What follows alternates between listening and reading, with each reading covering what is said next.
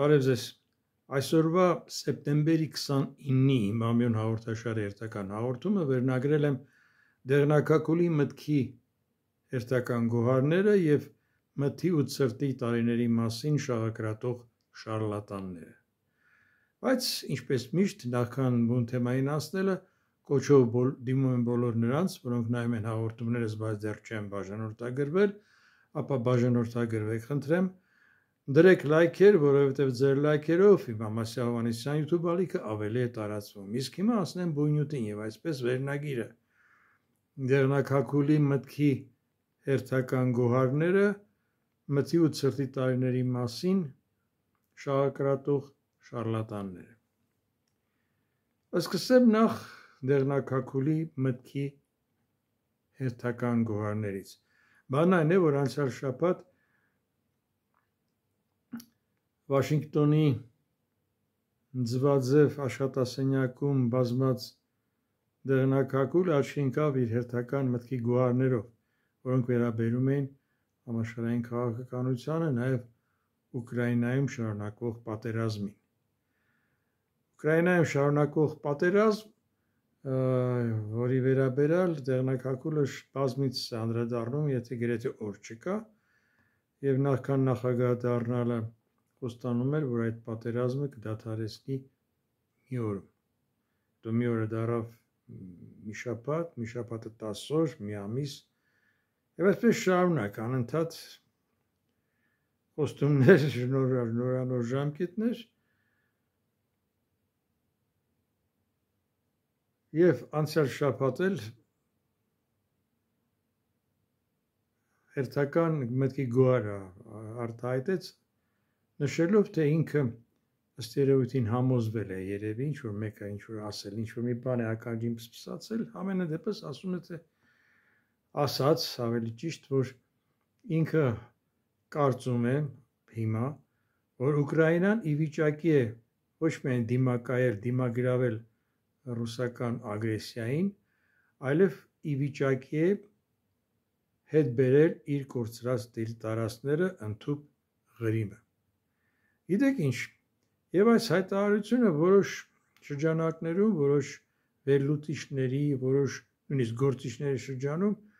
ինչպես ասենք հույսեր արթնացվեցին, թե ինչ էր, թե ահա այս ինչ է պատահել, որ Դեղնակակուլը կտրուկ շրջադարձ է արել եւ սիրատոչուր ուղերձները հղում առ Զելենսկի։ Բայց անկեղծ ասած, ինձ համար սա ոչ թե ինչ-որ նշան էր, որ ինչ-որ Տրումպի ներողություն քաղաքականության մեջ ինչ-որ շրջադարձ է, այլ սա ավելի շատ զավեշտի ձեռառնոցի նման հայտարարություն էր։ Որովհետև դրանից առաջ էլ Դեղնակակուլը հայտարարել էր, որ Միացյալ Նահանգները շարունակելու է օգնել Ուկրաինային Եվրոպայի միջոցով, ուշադրություն դարձրեք, Եվրոպայի միջոցով, այսինքն մենք մի կողմ ենք քաշվում, մենք զենք ենք արտադրում, այդ մեր արտադրած զենքը վաճառում ենք Եվրոպային, Եվրոպան գնում է եւ տալիս է, հանձնում է Ուկրաինային։ Այսպես ասած,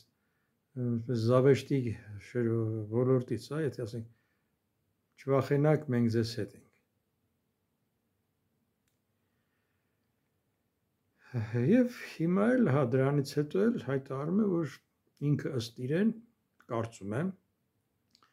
որ Ուկրաինան ոչ միայն ի վիճակի է դիմագրավել, այլև հետ վերադարձնել, հետ գրավել կորցրած տարածքները։ Կրկնում եմ, սա ոչ այլ ինչ է, քան զավեշտ ձեռառնոցի այս պարագայում։ Ցավալի է, որ արդեն 8 ամիս երկրի ղեկավարությունը ստանձնած ազնվորությունը, խոսքս այն աշխարհի հզորագույն երկրի մասին է, որը որ երկար տարիներ եղել է ժողովրդավարության միջնաբերդ, գոնե համարվել է այդպիսին, հիմա իր նման ելույթներով, անպատասխանատու հայտարարություններով ոչ միայն չի նպաստում միջազգային անվտանգության ամրապնդմանը,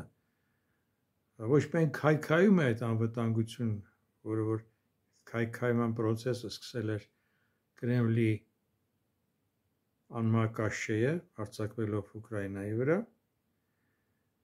եւ միաժամանակ այս մարդը քայքայում է նաև բուն երկիրը իր հայտարարած տարբեր երկրների դեմ առևտրատնտեսական այդ պատժամիջոցներով, խոսքը վերաբերում է առևտրային մաքսատուրքերին, տարիֆներին, քայքայել է ամբողջ քայքայում է այդ երկրի դատաիրավական համակարգը եւ չգիտես, եւ պատահական չի համամիտ եմ անկեղծ ասած, համամիտ եմ որոշ լուծաբանների հետ, որոնք կարծում են, թե 2026 թվականին Միացյալ Նահանգները դեմ կանգնեն լուրջ տնտեսական խնդիրների ճգնաժամի առաջ, հայտնվեն տնտեսական ճգնաժամում։ Եթե այսպես գնա, այս ամենը վկայում են դրան։ Եվ կարծում եմ ոչ միայն տնտեսական, այլև քաղաքական, ներքաղաքական ճգնաժամում, որովհետև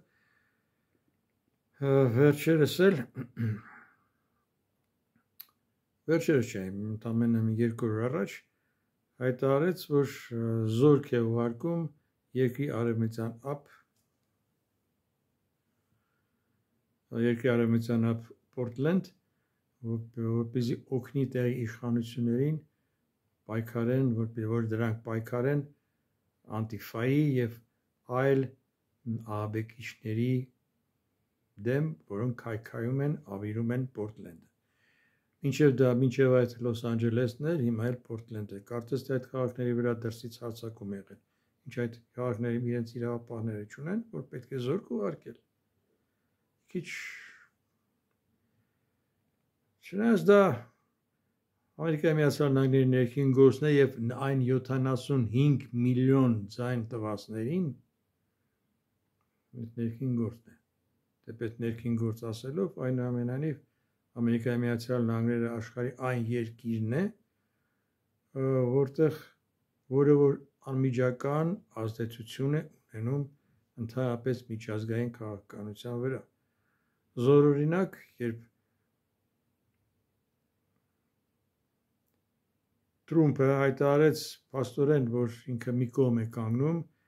եւ ավելի շատ հանդես է գալիս պես դաշնակից Կաշեի հետ միասին փնովելով, դատապարտելով, տարբեր բառերով, թե իբր հիասթափեցրել է, վրդովեցնում է, այսինքն Կաշեը իրեն Ուկրաինայի շարունակող պատերազմի պատճառով, այնուամենայնիվ բացի այսպես ասած ուլտիմատումներից եւ այլ խոսքի բան չի, անընդհատ հայտարարում եմ նույն բանը շարունակ հիմա կուսումնասիրեմ եւ իմ վերջնական խոսքը կասեմ, հիշեցի հանճարեղ ֆիլմ ունենք, հայ ֆիլմում նկարահանած, անշուշտ Երևան կինոստուդիայում նկարահանած, թե հայ ֆիլմում, այդտեղ կարող է մի քիչ սխալվեմ, Հասնացուն հյուսիսից, հա իդեպ խոսք գնաց, վերջերս մեկին հարսնացու հյուսիսից, եղբայր ոչ թե հարսնացու հյուսիսից, այլ հարսնացուն հյուսիսից, տարբեր բաներ են, մի խոսքով այդ հանճարեղ ֆիլմում երբ այդ գնում են խնամին, ասում է հայ հիմա տիկինս կգա եւ ես կասեմ իմ տղամարդու խոսքը, հա։ Հիմա սա դեղնակակուլին է, հիմա կուսումնասիրեմ եւ իմ խոսքը կասեմ, ուսումնասիրում է եւ այդպես էլ խոսքը հանգում է նրանում, որ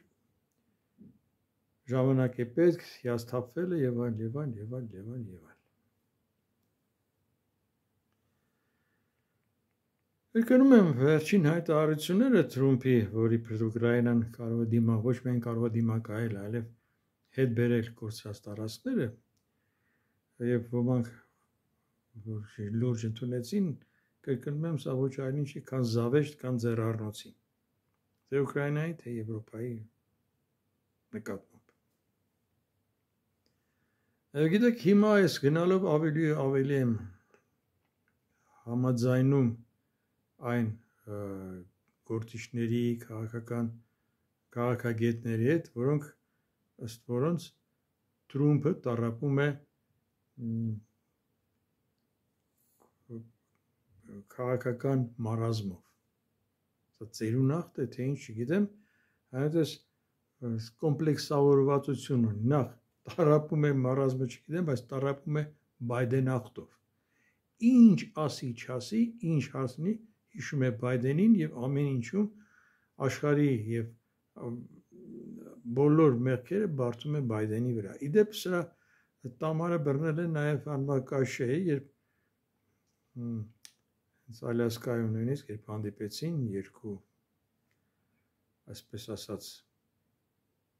ոխերին բարեկամները, գուցե ոխերին բարեկամներ չեն, այլ դաշնակիցներ, եւ տամարը բռնել էր եւ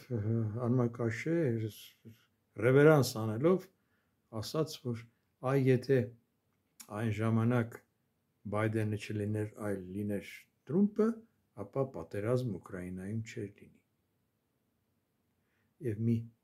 հմայիլ եղած Թրումփը այս խոսքերը ընդունում էր որպես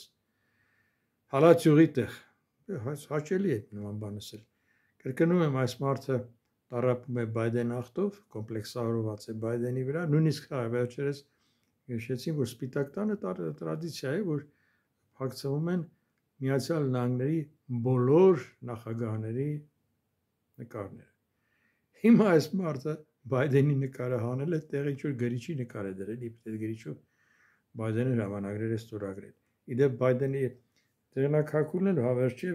դեղնակակուլն երբ գնա, երևի նրան նկարի փոխարեն պետք է ֆլոմաստեր դնեն։ Երբ առաջին անգամ տեսնում, որ ամեն ինչ-որ բան ստորագրելուց ինչ-որ մի ցուցադրական, ինչ-որ մեծ գրությամբ, մի խոսքով ագրավի չանչերի նման ստորագրություն է դնում եւ ցույց տալիս, որ հա տեսեք, ես էլ ստորագրեցի։ Նկարի փոխարեն հետո դա կդնեն։ Այդ ֆլոմաստերով ագրավաչանչ ստորագրությունը, չգիտեմ։ Ապրենք կտեսնենք։ Ու բացի Բայդենախտով, այս մարդը կոմպլեքսավորված է խաղաղության Նոբելյան մրցանակ ստանալու մարմաճով։ Ամենայն լրջությամբ այս մարդը համարում է, որ ինքը էլ ուրիշ ով, եթե ոչ ինքը պետք է արժանանա խաղաղության Նոբելյան մրցանակին։ Իհարկե այս տարի արդեն ուշացավ, բայց 26 թվականին նա հույս ունի, որ մի քանի երկրների ղեկավարներ պաշտոնապես կդիմեն Նոբելյան մրցանակի Նորվեգիան հանձնաժողովին, Նորվեգիայի, եւ որպեսզի Բայդենը ներկայացվի Նոբելյան խաղաղության Նոբելյան մրցանակի։ Այս մարդը Նոբելյան խաղաղության Նոբելյան մրցանակի միս է ուզում, ինչ ասես։ Երբ պատրաստում է այսօրվա եթերը, մեկ էլ ինչ-որ մեկ-երկու ժամ առաջ տեղեկություն կարդացի, իբր նրա օգնականներից մեկը, չեմ սխալվում, Քելոգը հայտարարել, թե Սպիտակ տունը դեմ չի լինի, եթե ուկրաինական զորքերը հրթիռային հարվածներ հասնեն ռուսական տարածքի խորքերը։ Ինչով այդ նրանք դեմ էին, հիմա ինչքանով է ճիշտ, ինչքանով է սուտ, չգիտեմ, ամենայն դեպս, բայց արդյոք Ուկրաինան նման հրթիռներ ունի։ Թեպետ ըստ որոշ աղբյուրների ուկրաինացիները իրենք են մշակում այդպիսի հրթիռային համակարգեր։ Մի խոսքով տեսնենք։ Ամենադեպս մարդիկ են զոհվում, պատերազմը, լայնածավալ պատերազմը շարունակվում է եւ ընդհանրապես ուկրաինական պատերազմը ցույց տվեց, որ աշխարհը փոխվել է ռազմական տեսակետից, ռազմական առումով, որտեղ հիմա կարևոր եւ վճռական դեր են կատարում անօդաչու թռչող սարքերը։ Եվ այս առումով հիշեցի վերջերս YouTube ալիքներից մեկով տեսա, որ մեր նախկին գեներալներից մեկը ձեռ էր առնում այդ անոթաչ դրսող սարքերին հայտարարում է այդ ծտեր մտեր եւ այլն մենք մեզ դրանք պետք են դրանք մեզ ինչ պետք է անեն այս մտածելակերպն էր որ տեսակ թե ինչ եղավ սա առանձին թեմա է առանձին հարց է բայց մոտենալով մեր ներքին խնդիրներին ապա ասնեմ մութ ու ցուրտ տարիների մասին շաղակրատող շարլատաններին որոնք այն ժամանակ էլ հիմա էլ շարունակում են մանավանդ հիմա վերջերս մի քիչ ավել են ակտիվացել հիշեցնում են մթի ու ցրտի տարիները մանավանդ երբ Հայաստանի առաջին նախագահ հիմնադիր նախագահ Լևոն Տեր-Պետրոսյանը իր մտահոգություններն է հայտնում իր գնահատականներն է հայտնում ներկայիս Հայաստանում տիրող ներկայիս ներքաղաքական իրավիճակի վերաբերյալ եւ Հայաստանի վարվող քաղաքականության վերաբերյալ հիմա այդ ակտիվացել են եւ ըստ որում համացանցերում ակտիվ քննադատողները որոնք մի սանձարձակության սահմանն են անցնում բարեկրթության սահմանն են անցնում հիմնականում որպես կանոն դեմք գյուլչետայներ են այսպես ասած դեմքերը չկա փակված է նկարեք կամ էսին մոխրագույն մի պատկեր դիմազուրկ են ծպտված են ծպտյալներ են բայց կան նաև իրապես մարդիկ որոնք պես կուտված սրանց կամ եթե դեռ այն ժամանակից համոզված լինելով որ դրանք մթի ու ցրտի տարիներ էին եւ հիմա էլ առիթ օգտագործում են հիշեցնելով դա եւ գիտեք ցավալի է որ դրանց մեջ կան մարդիկ որոնց էս մի քանիսին ճանաչում եմ որոնք ունեն նաեւ տեխնիկական հա կրթություն հեռու չեն տեխնիկայից եւ հավատում են իրենց իսկ ստին այսինքն այն ժամանակ 90-ական թվականների պատերազմի ժամանակ Հայաստանը արտադրում է էլեկտրաէներգիա բայց որպեսզի որ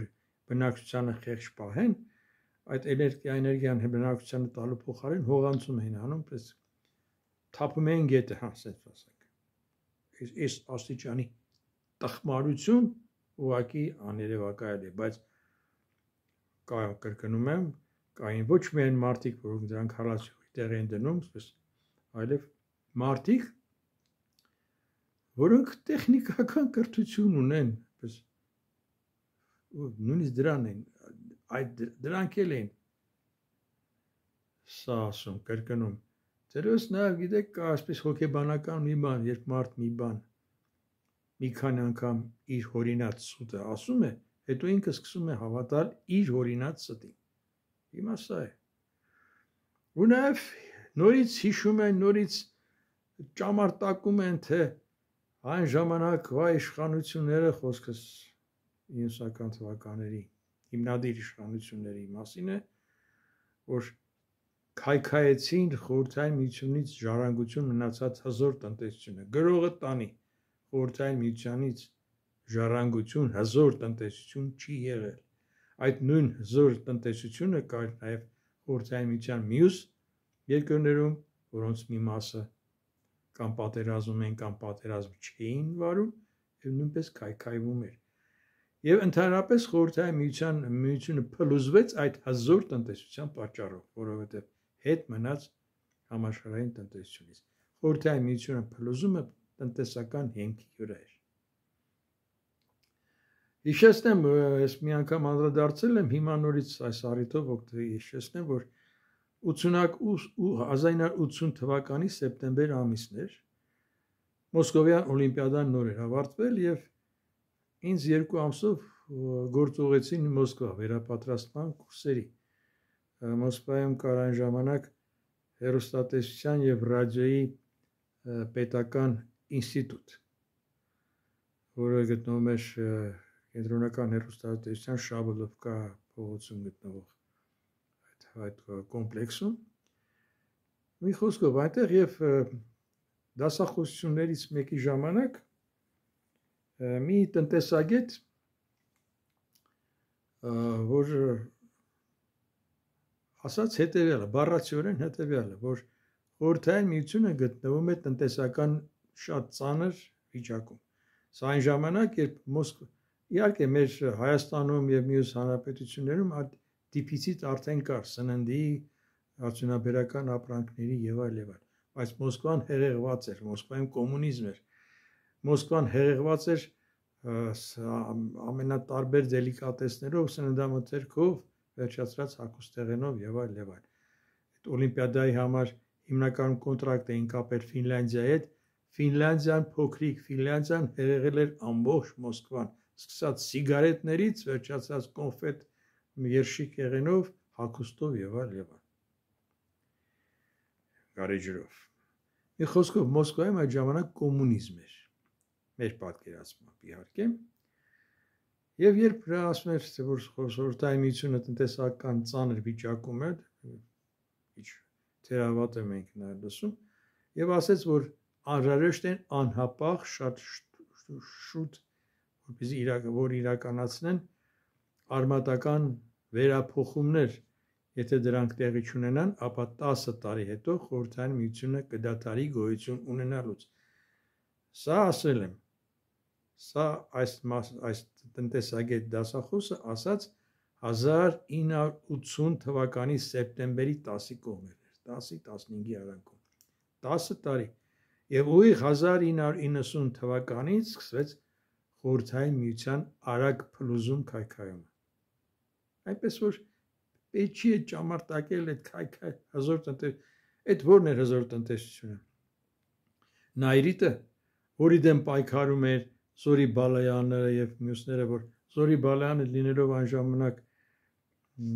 լիտերատուրնա գազետա Հայաստանի սեփական թղթակից հսկա լավաշ հոդվածներ էր գրում եւ նշում, որ Նայրիտի եւ ատոմակայանի պատճառով Հայաստանում ծնվում են, չգիտեմ ինչ ահավոր մարմնական դեֆեկտներով երեխաներ։ Եվ արդյունքում այդ շարժումը սկսվեց կանաչների, թե բնապահպանների եւ այլ, խառնվելով Ղարաբաղյան շարժման հետ, երբ ժամանակ Ղարաբաղ կոմիտեն, դեռ առաջի Ղարաբաղ կոմիտեն, որը գլխավորում էին Սիլվա Կապուտիկյանը, Ռեշ Սարուխանյանը, Զորի Բալայանը, Իգոր Մուրադյանը, այդ շարժման ժամանակ Կարեն Դեմիրճյանին հանեցին, հեռացրեցին եւ նշանակեցին տեղը Սուրեն Հարությունյանի մարդ, որը որ նրա տեղակալին նշանակեցին, վերեցին Մարգարյանցին, Ստավրոպոլի երկրամասից մարդ, որը որ հայերեն մի բառ անգամ չգիտեր, բայց Գորբաչովի ընկերն էր ասում էին, մի խոսքով, եւ այդ ժամանակ Քաղբյուրոյի որոշմամբ ընդառաջում են Հայաստանի աշխատավորների պահանջներին, փակեցին Հայաստանի ատոմակայանը եւ Նայիրիտ գործարանը։ Թե ինչ Նայիրիտը պետք է sense փակվելու էր, բայց ատոմակայանի փակումը էներգետիկ ծանր վիճակ կացության մեջ գցեց Հայաստանին։ Հայաստանը կանգնեց էներգետիկ ճգնաժամի առաջ։ Լիակատար շրջափակման պայմաններում, երբ այն ժամանակ էլ արդեն երկրորդ իսկական Ղարաբաղ կոմիտեն ստեղծվեց, Լևոն Տեր-Պետրոսյան, Վազգեն Մանուկյան, Պապկեն Արարքցյան, Վարոն Սիրադեղյան եւ այլոք,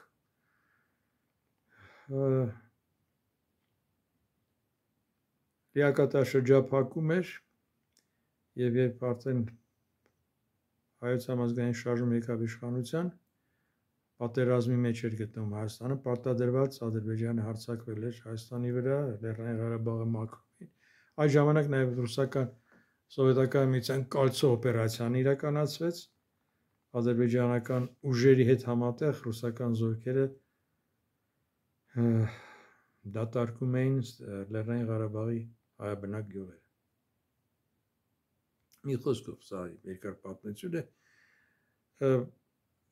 Ես ինչի սկսեցի հարցը նա որ իբր թե իբր քայքայվեց չպահեցին խորհրդային միությանից ժառանգություն մնացած զոր տնտեսությունը նայրիտը փակվեց որովհետև գազը կտրվեց գազը հունքներ եւ հետագայում երբ նայրիտը քանի անգամ փորձ արվեց վերագործարկել չստացվեց որովհետև արտադրանքը գազի գնի ցանկացման պատճառով ինքնարժեքը ավելի թանկ էր նստում, քան շուկայում վաճառվող գինն էր եւ բնականաբար չէր կարող աշխատել։ Միակը բանը, որ Հայաստանի իշխանություններին հաջողվեց, դա ատոմակայանի վերաբացումն էր, աննախադեպ մի բան աշխարհում համաշխարհային պատմության մեջ, երբ փակված ատոմակայանը վերագործարկվեց։ Եվ այն պահից 95 թվականի աշնանից, երբ վերագործարկվեց Հայաստանի Մեծամորի ատոմակայանը, դադարեցին գազամուղի պայթեցումները։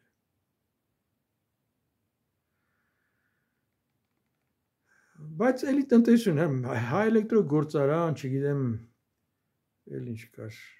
երազ գործարանի մասին ոչ են ասում, երազ գործարանները, զոր տնտեսությունը,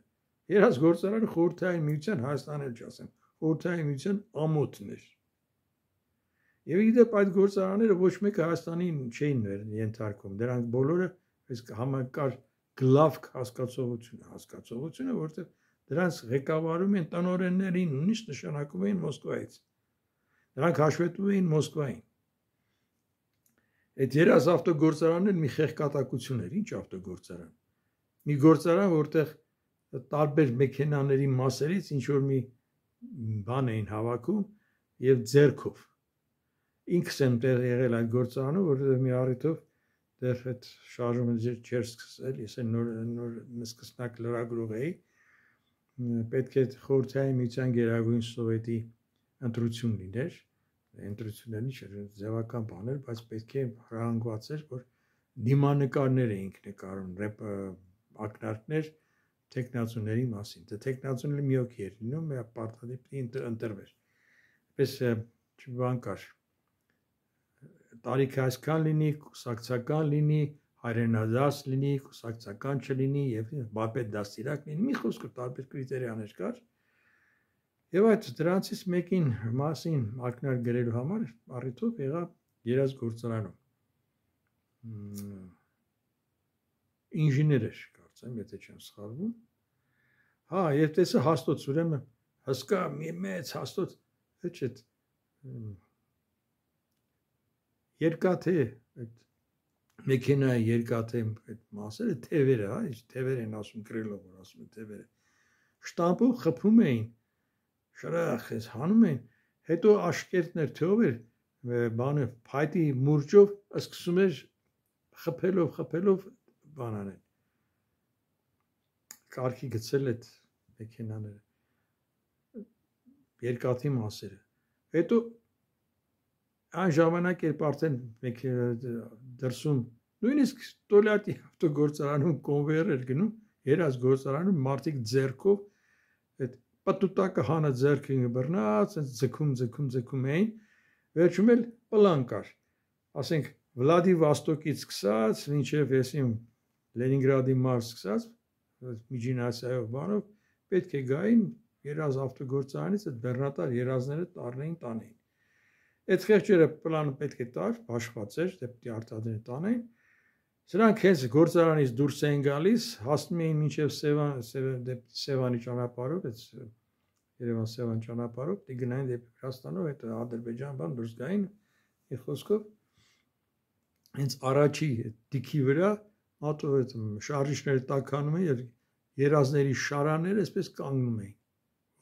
Մինչև հովանա որ շարունակեն շարժվել առաջ։ Էս էր էս մեքենաները։ Հիմա դա պիտի պահեին, հա։ Կամ հայ էլեկտրոգործարանը, որ մեծ գործարան էր, այո, բայց այն ժամանակ արդեն արտադրվում էին այնպիսի տրանսֆորմատորներ, որոնք այլևս մրցունակ չէին միջազգային շուկայում։ Հնացած է։ Իհարկե, խորհրդային միության տարածքում անավանդ մի քանի արտադրանքներ, որոնք մնացել էին, այն ժամանակ պետք եկան Հայաստանում, որովհետև էներգետիկ կրիզիսի ժամանակ, երբ մի ժամերով լույս չէր լինում եւ 2-3 ժամ լույս են տալիս տրանսֆորմատորները միանգամից այդ բաներին լարվածությանը չէին դիմանում, ծանրաբեռնվածությանը չէին դիմանում, շուտ շարքից դուրս էին գալիս, պայթում էին եւ այդ գործարանում եղած տրանսֆորմատորները մի կերպ բերում, հասնում, փոխում էին, վերանորոգում էին եւ այլն եւ այլն, այսպիսի վիճակ էր։ Բայց նույնիսկ այդ ժամանակ երբ Կարեն Դեմիրճյանը այդ ժամանակ հայ էլեկտրոգործարանի տնօրենն էր, մի առիթով ասաց, որ դրանք չեն կարողանում ուղարկել նույնիսկ Ռուսաստան, որ վաճառեն, որտեղ դրանց պահանջարկը չկա։ Դրանք հնամաշ են, հնացած են, շատ էներգատար են, իսկ դրանց արտասահմանյան, դրանց ուրիշ արտադրողներ կան, որոնք առաջարկում են շուկայում եւ դրանք են առնում։ Այսինքն Երևանի հայ էլեկտրոգործարանի արտադրանքը բանի պետք չէր։ Սա իրավիճակը երաս հայ էլեկտրո, Նաիրիտ, Գիրովականի քիմիական կոմբինատը, որ այո, նույնիսկ հումքի գազի պատճառով մի խոսքով դրանց արտադրանքի ինքնարժեքը այնքան էր, ինչքան ավելի թանկ էր, ինքնարժեքն ավելի թանկ էր, քան շուկայում վաճառվող պատրաստի ապրանքի գինը։ Եվ այս պայմաններում ինչ հզորության մասին է խոսքը, հզոր տնտեսության։ Եվ սա վերաբերում է ոչ միայն Հայաստանին, նույն Վրաստանում կոլխիդը արտադրող բան կար, բեռնատար մեքենաների գործարան, էլի երազի նման մի գործարան էր, արտադրում էին մյուսները ստիպելով, որ քվոտաները տալիս էին, պիտի առնեին տանեին։ Այդ կոլխիդաներն էլ էլի առնող շուտ վերացան, որտեղ նույն ժամանակ նույն Չեխոսլովակիայում, դեռ այն ժամանակ Չեխիա չէր, Չեխոսլովակիայում էր արտադրում էին Շկոդաներ, Տատրա բեռնատարները, որոնք որ դեռ 30-ական թվականներից էին արտադրում։ Իհարկե կացարելագործելով։ Մի խոսքով ու հիմա էլ բանն այն է, որ հիմա էլ մեկ-մեկ այս համացանցերը մեկ էլ տեսնում ես, ոնց առաջին նախագահին մեղադրում են այն բանում, որ մթի ու ցրտի տարիներ էր եւ չպահպանեց, քայքայեց հզոր խորհրդային միությունից մնացած հզոր տնտեսությունը։ Գրողը տանի ոչ, սուտում եք, սուտ եք ասում։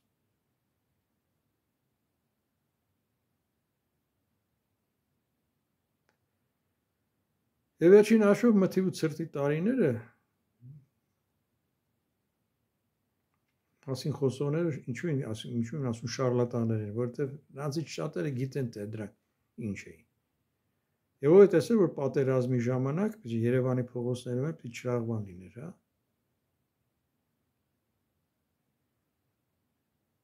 Դրանց ուղեղներում չի մտնում, որ Հայաստանի համար այդ պատերազմը նույնքան ծանր էր, ինչքան որ ասենք ծանր էր հայրենական մեծ պատերազմը խորհրդային ամբողջ միության համար։ Մոռացել են, որ փախստականներ, երկրաշարժ, ավերիչ երկրաշարժ, պարտադրված պատերազմ այս պայմաններում այն ժամանակվա իշխանությունները ոչ միայն դիմակայեցին, այլև հաղթեցին։ Ու սրա փոխարեն այդ շարլատանները այդ տարիներ անվանում են մթի ու ցրտի տարիներ։ Մթի ու ցրտի տարիները չէին, դրանք հաղթանակի տարիներ էին։ Մութ ու ցուրտը ձեր հոգիներում են, որ մինչև հիմա մնացել են։ Նրանց, որոնց մինչև հիմա մնացել են, եւ այդ մթի ու ցրտի հոգիներում մնացած այդ սաղմերի, այդ ворթերից հետո ծնվածները շարունակում են այն ինչ գենետիկորեն անցել է իրենց։ Դրա համար էլ Հայաստանում այս իրավիճակն է։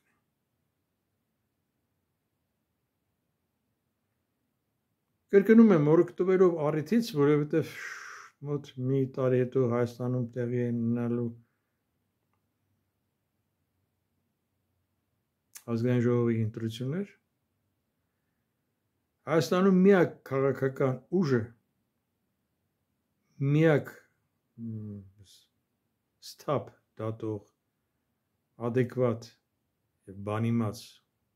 ինտելեկտուալ ուժը դա Հայ ազգային կոնգրեսն է եւ Հայ ազգային կոնգրեսին հարող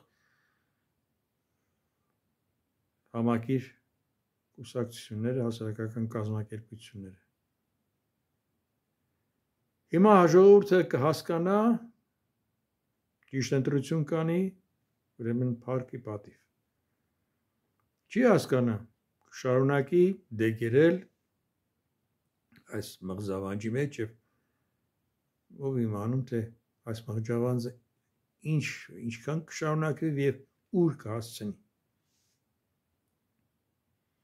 Որովհետեւ դատելով որոշ հայտարարություններից, որոշ պատասխաններից, այնպիսի տպավորություն է, որ հիմա երկրի ղեկավարումը որոշ դիլետանտների ձեռքին է։ Մեղմ ասած դիլետանտների։ Ի խոսքով, սա է իրավիճակը, դրա համար ես ասացի Ամերիկան, աշխարհն աշխարհով, մենք էլ մեզնով։ Մենք էլ մեզնով, որովհետև այս վերջերս էլ նորից սկսել են պատի շարմանկայի նման, նորից կամ փչացած պատիֆոնի նման, նորից խոսել մտի ու ցրտի տարիների, չխոսել, շաղակրատել մտի ցրտի մասին շարլատանները։ Դա շարլատան, քաղաքական շարլատանություն է, ինչպես այստեղ մեր Հայաստանում քաղաքական շարլատանությունը, այնպես էլ Ամերիկայի Միացյալ Նահանգներում Սպիտակ տանը նստած ըստ էության դեղնակակուլ քաղաքական շարլատան։ Այսօր այսքանը, բայց նախքան ցտեսություն ասելը մեկ անգամ եւս կոչով դիմում եմ բոլոր նրանց, որոնք նայում են իմ հաղորդումները, բայց մինչև հիմա դեռ չեն բաժանորդագրվել, ապա բաժանորդագրվեք, խնդրեմ։ Դրեք լայքեր, որովհետև ձեր լայքերով Իմամ Հովհաննիսյանի բալիկը ավելի է տարածվում։ Այսօր այսքանը, ցտեսություն, խաղաղություն մեզ, խաղաղություն աշխարհին։